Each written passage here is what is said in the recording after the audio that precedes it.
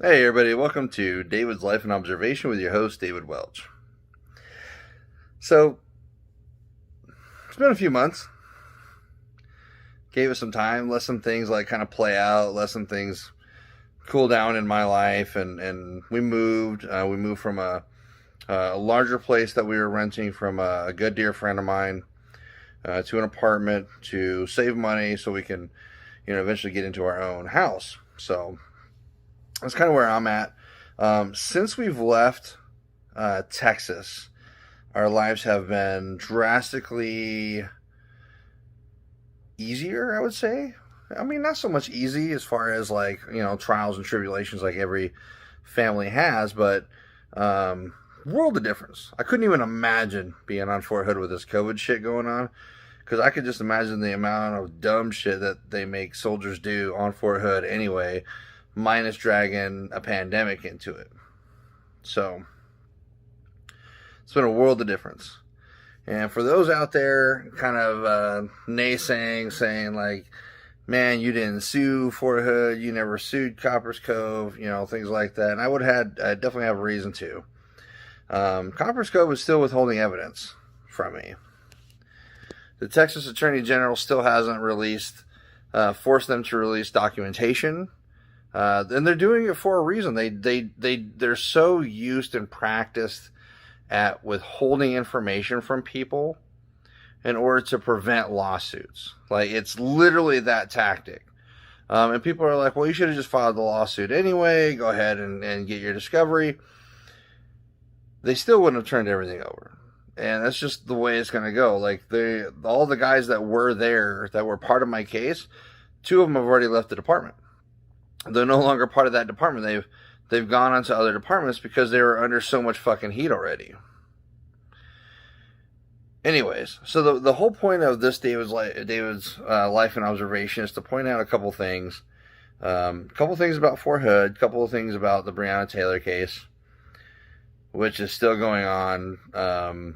As far as you have this officer now that is trying to sue the boyfriend who was defending himself and Breonna Taylor. And I like how everybody's jumping on the bandwagon of, oh, there's literally one witness that says the police knocked, and you've got about 12 others that were like, nah, no, they didn't.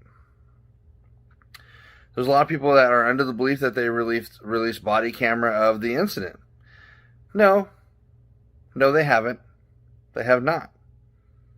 It is in the affidavit. It is in all the documentation that the officers involved in the incident were not wearing body cameras. The body cameras that are released are the ones from the SWAT and other officers that arrived after the shooting, after the occurrence. So for people mistakenly say, oh no, they released the body camera and she was laying in the hall, like, okay, she was laying in the hall. Does that automatically assume that she heard that it was police? I'll tell you what, I could be sitting in my back room. People will be pounding on the door too, or coming through the door. And that doesn't mean I heard the word police. That doesn't mean I heard anything going on, especially with a barrage of commands and loud sounds coming from the door. Now, when it comes to that officer, like, you did wrong. Like, you should be in a federal prison. All the officers involved in that should be in prison, going away for a long time, or on death row because they murdered someone. Even if it's manslaughter, even at the very least, it's manslaughter. Like, they really didn't have it's been proven time and again, they really didn't have a reason to be there. They had a warrant to search the premises. They had a warrant to have a discussion with Breonna Taylor. They didn't have a warrant. They even had a no-knock warrant. Like, if you have a no-knock warrant and you change up your story to, oh, we knocked, like, that doesn't make sense. Just doesn't. Why would you request a no-knock warrant and then fail to just go through the entrance the way you wanted to do? And here's what happened. They didn't knock. One officer ended up getting shot at, and they returned fire like crazy and killed Breonna Taylor. And now that officer that is being, accused of blind firing or whatever, he's trying to sue. And it's like, dude, be thankful that you're not in a situation where you're on death row for the murder of somebody from your negligence. And then for the DA's office and the prosecutors not to give the jury the proper options on what they can and cannot do, it just smells of cover-up. It smacks of corruption. And that's literally that entire department. Corruption. And it's police everywhere. Corruption. Mesa PD in Arizona. Corruption. Phoenix PD in Arizona. Corruption. Any PD out here. Corruption. All they know how to do is lie and bullshit in court and make things up as they go. They confront people every day where they make up laws and effect arrests and then use secondary charges that'll stick because they know their first charge is going to be bullshit.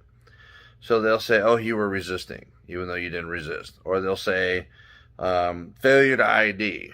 That's another popular one. Or the catch-all, oh, you were being disorderly. Well, that's kind of like a catch-all, very vague language to say they can stop and fucking harass the shit out of anybody. Literally, it's what it is.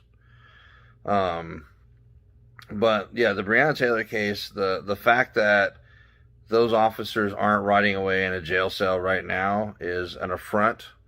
And the fucking reason why people have a disconnect with law enforcement is literally one of the biggest reasons.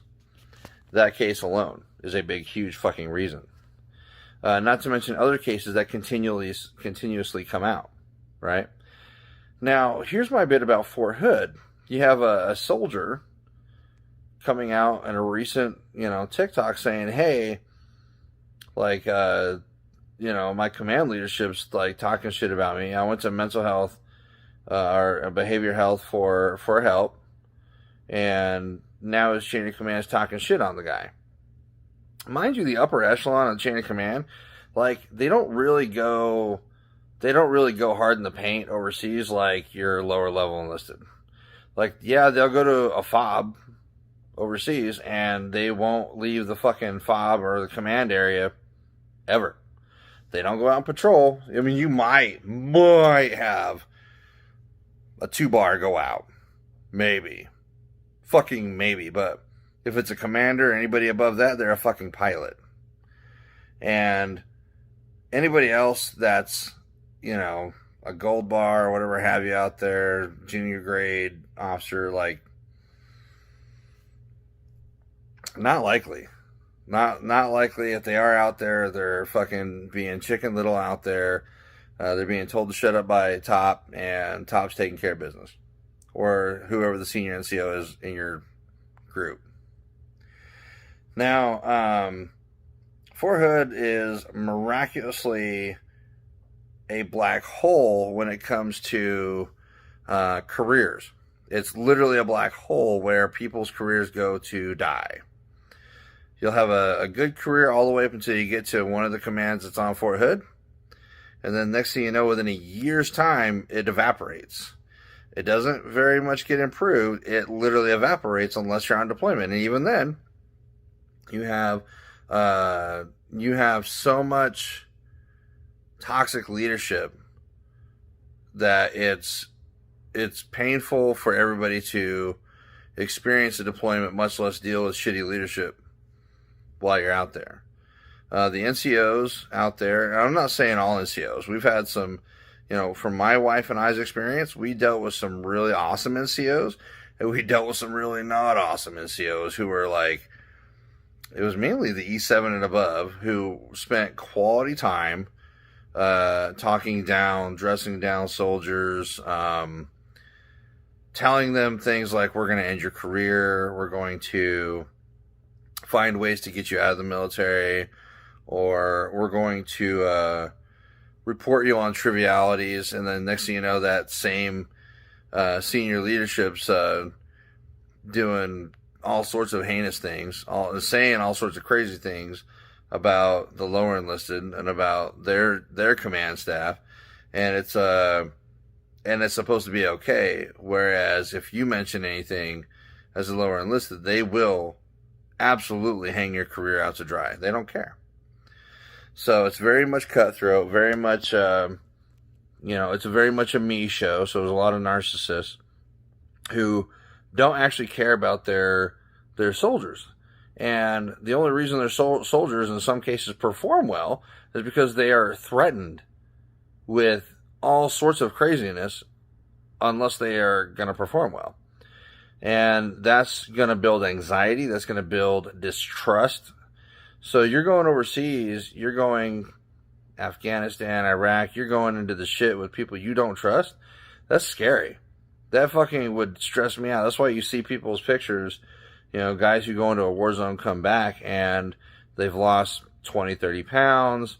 Not just because it's hot out there, but because they're dealing with the anxiety of, maybe this NCO doesn't have my back. I can't trust this dude in a firefight. I can't trust this guy or this woman to do what I need him to do when shit hits the fan. That freaked me out too. When you can't trust someone to do their job. In the Navy, my experience is a lot different. My experience is a lot of the guys, yeah, they joked around, they had fun, but they were consummate professionals when it came to their job. They knew how to do the shit and well. That's why Navy corpsmen, who are individual augmentees or, Fleet Marine Force, and they're out there with Marines or they're out there with soldiers doing the job, they don't play. They know their job. They do it very well. They save lives out there. It's why they're referred to as Doc. And it's just one of those things where, it's one of those differences between branches where in the Army, it's pretty much assumed that, if you're E5 or above, you know what you're doing. But we've seen it time and again where E5 and above are just trash. They don't know what they're doing. Or you got one sergeant or staff sergeant that's overloaded with 30, 40 responsibilities, and then the other sergeants are trash because they're not doing anything. But they're getting all the clout and shit and you're benefiting from the work that actual working sergeant or even corporal or specialist is doing. And we see it all the time. Now let's talk about just specifically behavior health at Fort Hood. So behavior health at Fort Hood is at Darnell Hospital, and you will literally you'll have a one licensed professional counselor, and then you'll have a non-licensed professional counselor actually who is doing their observation hours. And it's supposed to be observation hours, not like when you do a practicum, you're not taking on soldiers to treat. You are party to what's happening. But that's not exactly what's happening at Fort Hood. You have officers that are lying to law enforcement about what soldiers are saying and what they are doing, and they are part of the upper chain of command. And then what they'll do is these officers will partner with the upper chain of command from these different units and literally discuss how they're going to get that soldier out of the military and what's going to be done as far as their treatment to make it so that the unit has to effectively leave that soldier in their care until they are processed out of the Army or until they're deemed fit to go back, which isn't a lot of the time. So just Fort Hood on its own is a terrible fucking place. It's a terrible place to be stationed. Now, to be fair to the people who work on base outside of soldiers, people who work at the PXs and the gas stations and mainly their spouses and family members of soldiers, and they're doing a hell of a job. They're doing amazing things. They get the job done. Very little hassle or to do about who's nobody cares. They get the job done by and large. I'm really talking about literally the units and the battalions and the battalion leadership. Like the battalion leadership for my wife's battalion, her, let's see, battalion commander was an amazingly arrogant, ignorant dude who had zero disregard for the law, had zero disregard for how life works outside of his fiefdom, and was probably amazed at how I talked to him because I wasn't enlisted at the point where I was talking to him. For him to actively seek out ways to punish my wife because of my words was just a kind of one of those petty things where he's like, hey, I'm going to tell you to your face that, you know what, we're not going to go ahead and do certain things to, you know, bust down your wife and things like that, you know. And what's crazy as fuck is that my wife's commander was a blatant liar, lied to the battalion commander, lied to the entire command staff, the sergeant major, lied to everybody about the circumstances surrounding my wife's lack of military bearing, right? So it was incredible to hear the constant. It was incredible to hear the two sides of a story from several individuals on my wife's behalf who really broke down the narrative from the commander as being false and woefully inappropriate to them, the battalion commander siding with leadership, which we knew was going to happen when my wife lost rank for literally pretty much, you know, cussing at the situation when she was being talked to by her commander, who was literally berating her and cursing her out in front of literally the entire upper chain of command, which is exactly what happened. And the entire upper chain of command testified to that. They even said, hey, you know, there were words exchanged. The commander was saying these words. And then next thing you know, my wife's getting busted down. Really. It's just kind of interesting to see. But yeah, just to put it at people's minds, if there are things going on in Fort Hood, believe them. If people are having mental health issues leaving the military, it's not anywhere near the reason of them being in a war zone. It's them dealing with toxic leadership for so long that they snap. And that's what happens. It's not even so much of, you know, Sergeant so-and-so, Specialist so-and-so, you know, losing their shit overseas, because when they're actually on deployment, that's when they're most free and most happy. It's incredible to say that, but that's when these guys are, you know, not living in fear. It's when they come back and they start dealing with the pettiness of the chain of command that they're actually living in fear, because the upper chain of command's only crutch for exerting leadership is to threaten careers constantly and to articulate things to bolster their own image. So that's pretty much Fort Hood in a nutshell, outside of the crazy amount of theft, murder, and rape that goes on. Oh yeah, rape is a big deal on Fort Hood. Happens all the time. Where, you know what's really sad is you have women on Fort Hood who have to barricade with objects and chairs and heavy boxes and shit to keep men, soldiers, E4 and below, or E5 and below, from entering their sleeping area and raping them. As a husband, I heard that several times. In fact, we went on a trip to Houston for the rodeo, and we sat next to several specialists and soldiers that would repeatedly say, hey, my experience of Fort Hood has been terrifying. One young lady was sleeping by herself. She didn't have a roommate yet. And guy was just roaming the halls drunk, soldier. Finds that her room was unlocked somehow. Goes in there and he rapes her unapologetically, admits to it, and was still allowed to go on that trip. Unapologetically raped this girl, this soldier, and she's crying. She's saying, hey, they're going to process me out because I was raped and I no longer feel safe in the military. And I'm like, well, no shit. Like, I don't know. But that's what happens.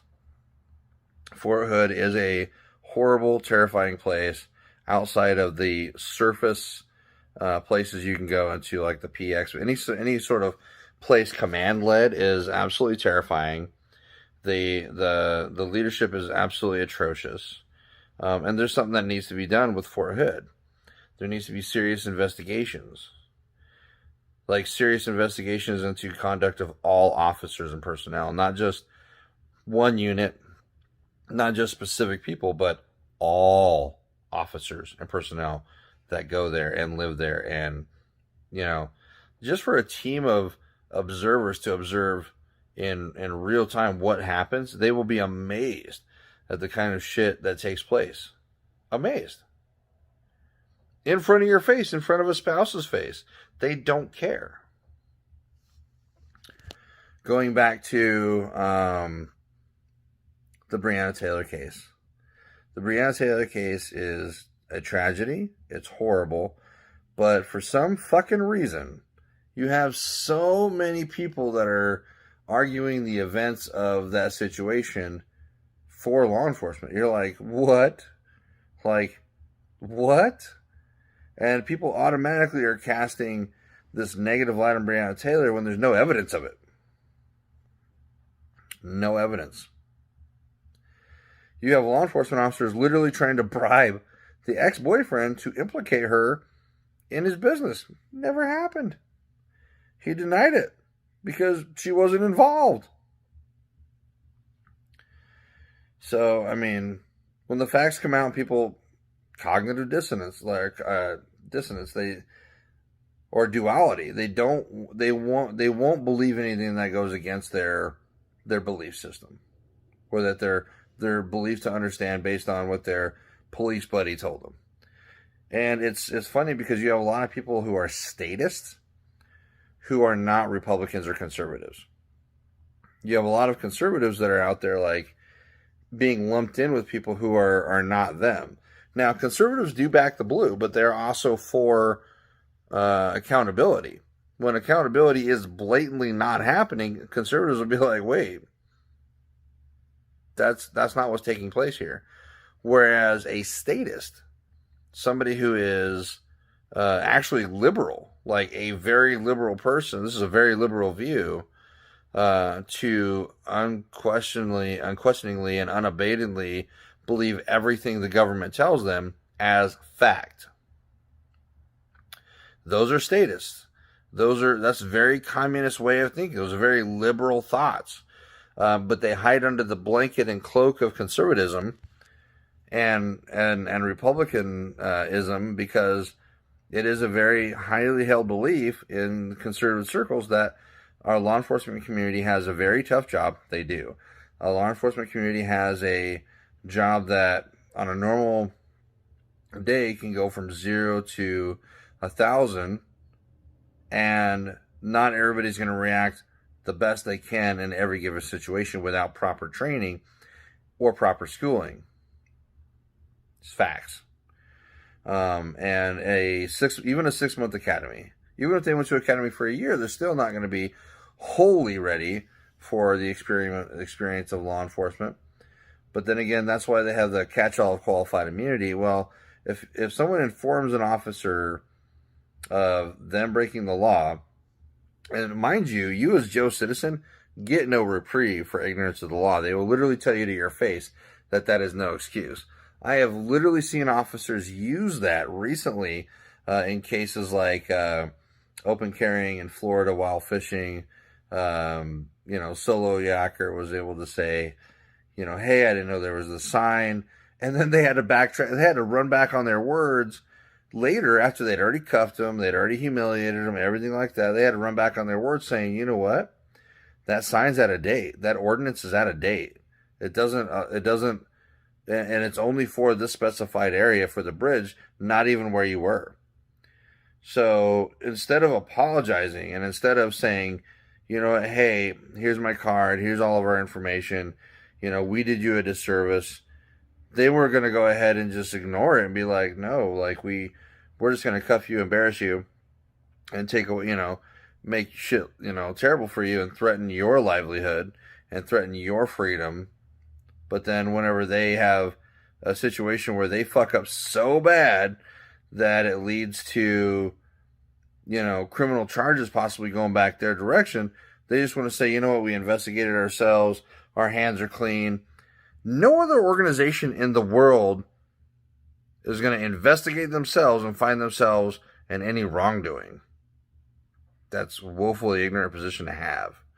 So why is it that we, as citizens, allow our law enforcement communities to do that? No. They need accountability. They need an outside agency. And quite frankly, it should be the FBI. If the FBI has any purpose on this planet, period, it's to ensure that municipalities, that state agencies are being held to the constitutional standard for which they are supposed to represent. And they don't. So the FBI has a huge apparatus of people working that don't actually do dick. It's called the Civil Rights Department in the Federal Bureau of Investigation, where they take a lot of complaints, but they don't do dick. And that's pretty much it. Fort Hood, shitty place, terrible place.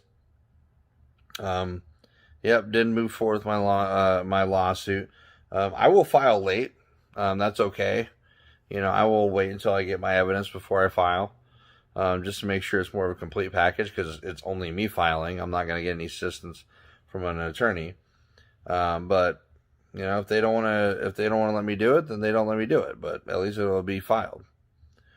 Now, when it comes to living on Fort Hood, like I said, the surface areas, the places where you can go and eat and stuff seem great. But it's when you get in your actual units and live there long enough to see what happens with the people, that's when it becomes terrible. And the behavioral health place at Darnell is particularly demonous. They will lie to law enforcement. They will lie to any agency in order to secure detention or to deprive somebody of their rights. They will do it. Absolutely. In regard to law enforcement. So, when it comes to law enforcement and accountability, the Breonna Taylor case is a shining example of no accountability. And then we have more and more situations every day where there's literally no accountability happening. So that divide's going to keep happening. People are still going to stay pissed off. There's going to be no forward movement until the Civil War kicks off that people are joking about now until it happens.